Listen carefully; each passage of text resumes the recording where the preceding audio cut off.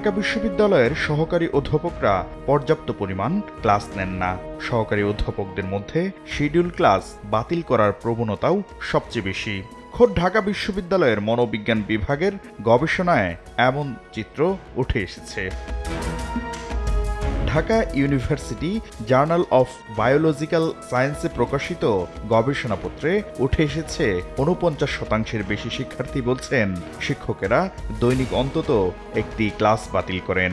বিশ্ববিদ্যালয়ের ৭৮টি বিভাগের ৫২২ জন শিক্ষার্থীর উপর এই গবেষণা পরিচালনা করা হয়। গবেষণায় দেখা যায় সেমিস্টার বা বর্ষে একটি কোর্সের সিলেবাস শেষ করতে যে পরিমাণ ক্লাস নেয়ার প্রয়োজন হয় অনেক শিক্ষকই তা নেন না।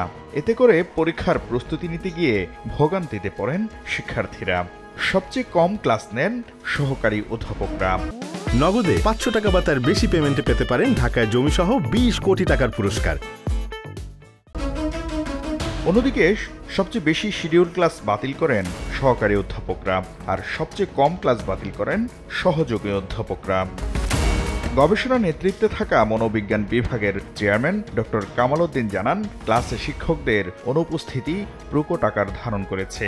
গবেষণাটির মাধ্যমে শিক্ষার্থীদের ভোগান্তির চিত্র তুলে ধরার চেষ্টা করা হয়েছে।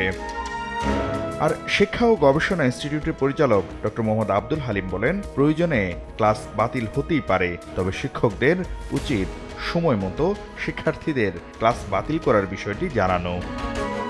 এ বিষয়ে ঢাকা বিশ্ববিদ্যালয়ের উপাচার্য অধ্যাপক ডক্টর সীতেশ চন্দ্র বাছার বলেন, প্রতিনিয়ত ক্লাস বাতিল হওয়া কখনোই কাম্য নয়, তবে বিশেষ প্রয়োজনে ক্লাস বাতিল হলে তা আগে থেকেই শিক্ষার্থীদের জানিয়ে রাখা শিক্ষকদের নৈতিক দায়িত্ব।